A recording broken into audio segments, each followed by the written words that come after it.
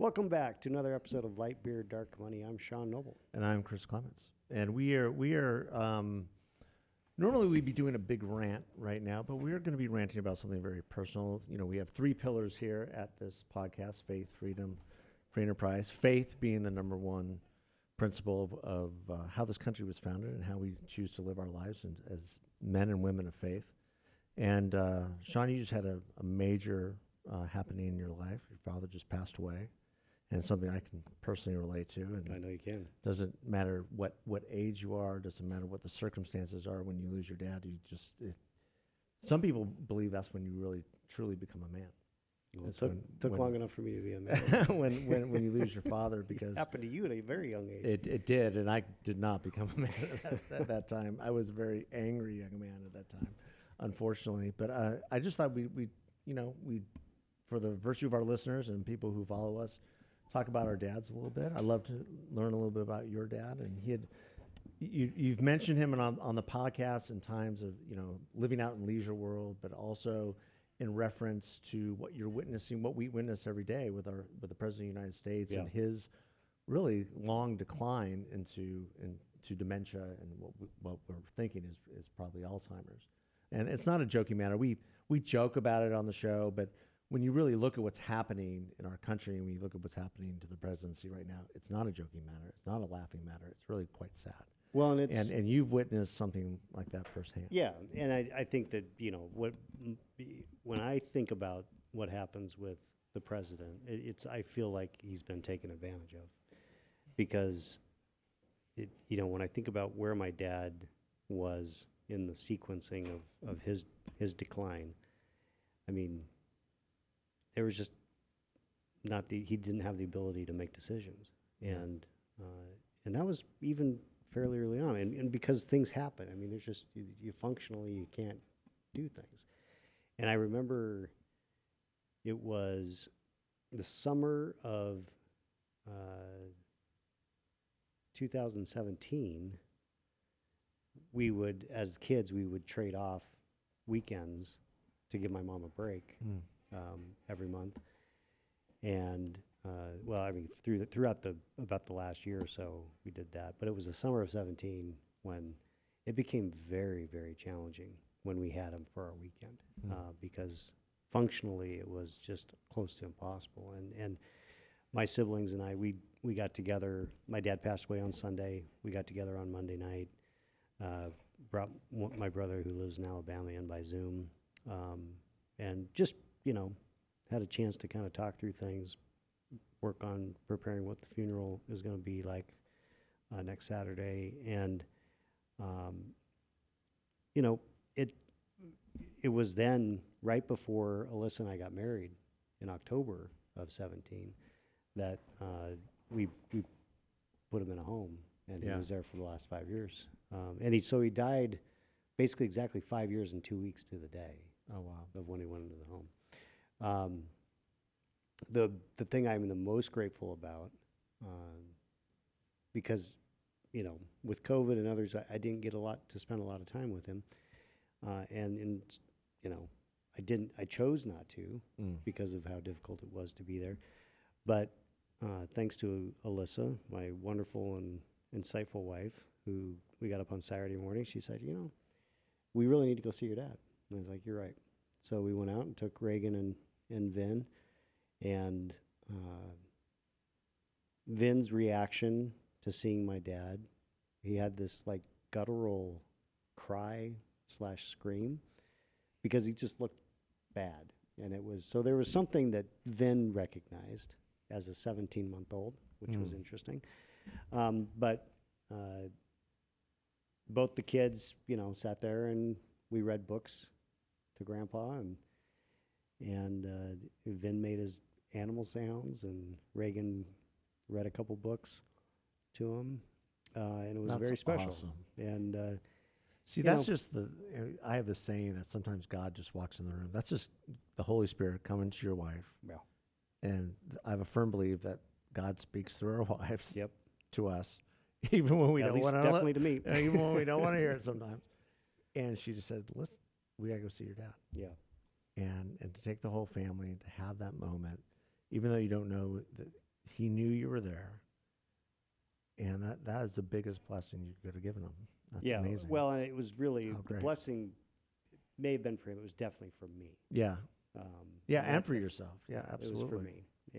And so I've just been so the most, and I've said this to my siblings and others who I've talked to, the emotion I feel the most is gratitude Yeah, for having had that last, time with him right before he leaves. And having also the to do kids. with your kids. Yeah. Because you're starting anew, and to have your kids there in that way, to be with their grandfather, and for them to understand, a little bit what's going on, even though they may not remember it, but Well, and still, it's a powerful thing. And it's the first death in the family that Reagan kind of, there's a little bit of understanding. I mean, Grandpa Joe, Alyssa's grandfather, passed away last year, but Reagan was too young to really understand what was going on there. Now at 3.5, there is a little bit more recognition. I've talked about, oh, you remember you saw Grandpa? Well, he's not here anymore. He died. He's gone to heaven. And so it's been an interesting few days, and I think that I'm sure I'll go through a lot between now and when we have the funeral on the 29th. But it's going to be wonderful. A lot of family coming in and old friends, and I feel very grateful for my mom and relieved for my mom. Yeah, She's been a trooper. We talked a little bit about She's that been a yesterday. trooper. I mean, your mom has Been there hung every in day. there, Yeah. and now, and she's how old? 77. She's 77 now. And a pretty Hopefully, vigorous 77. yeah. frankly. Hopefully, we'll just. She's been caring for your dad for this long, and hopefully, we'll be able to, take a deep breath. Yeah. And live her life a little bit. Yeah. Which is great. Well, I think that I think about what I am going through, losing my dad now, but what you went through as a 20-something-year-old. I mean, and then as being thrust into taking over the family business. I mean, that's a whole different issue that is so much more.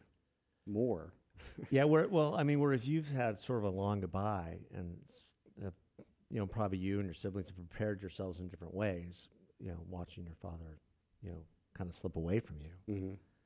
Mm-hmm. My father was diagnosed with lung cancer in December of '94, and he passed away in February of '95.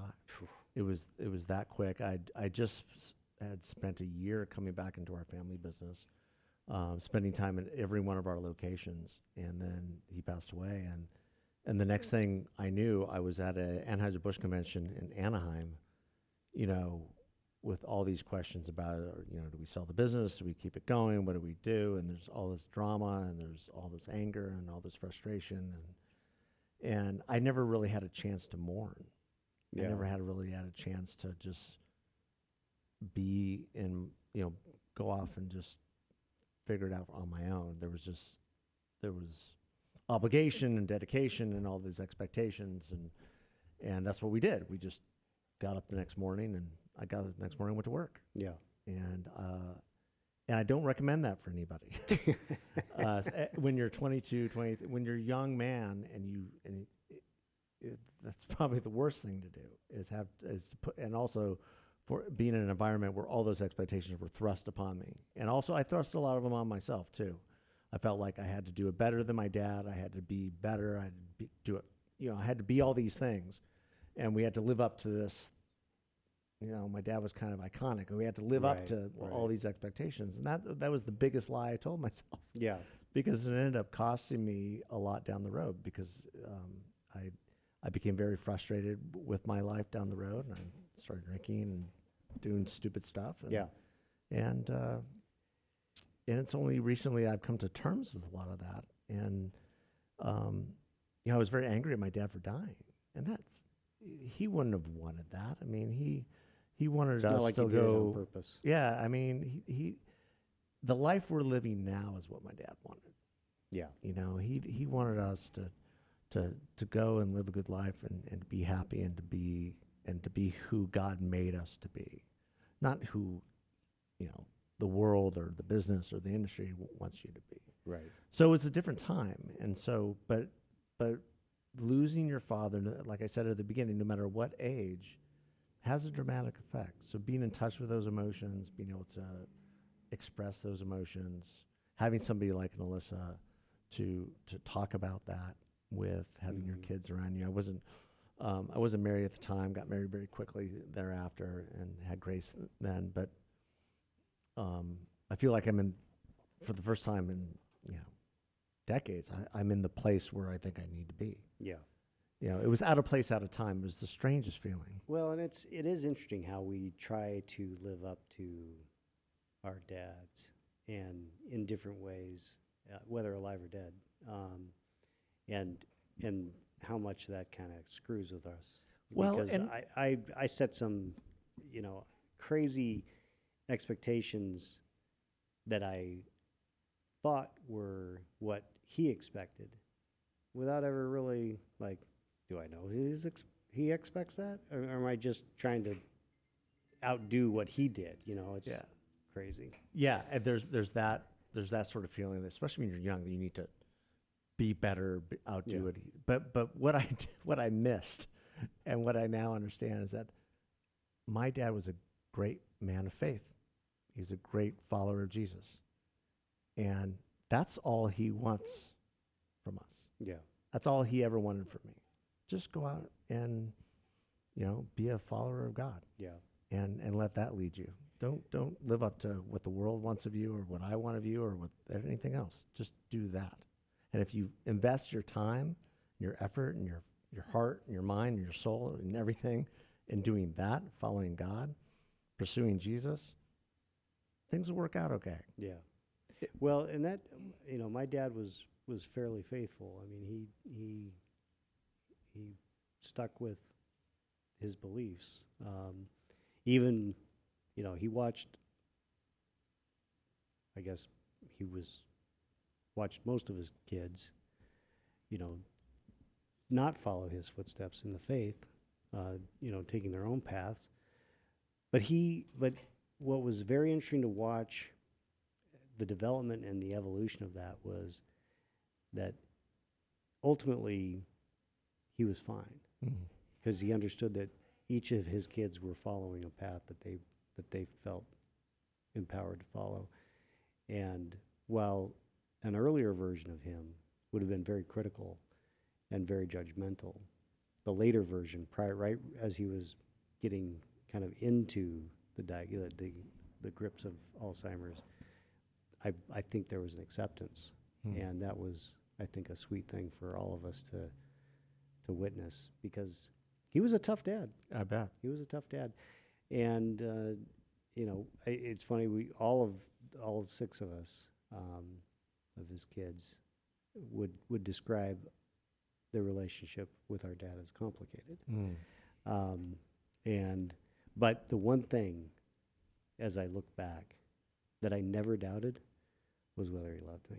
Yeah, for sure. I mean, he could be tough, but I never doubted his love. Yep. Well, and with that, thank you all for listening.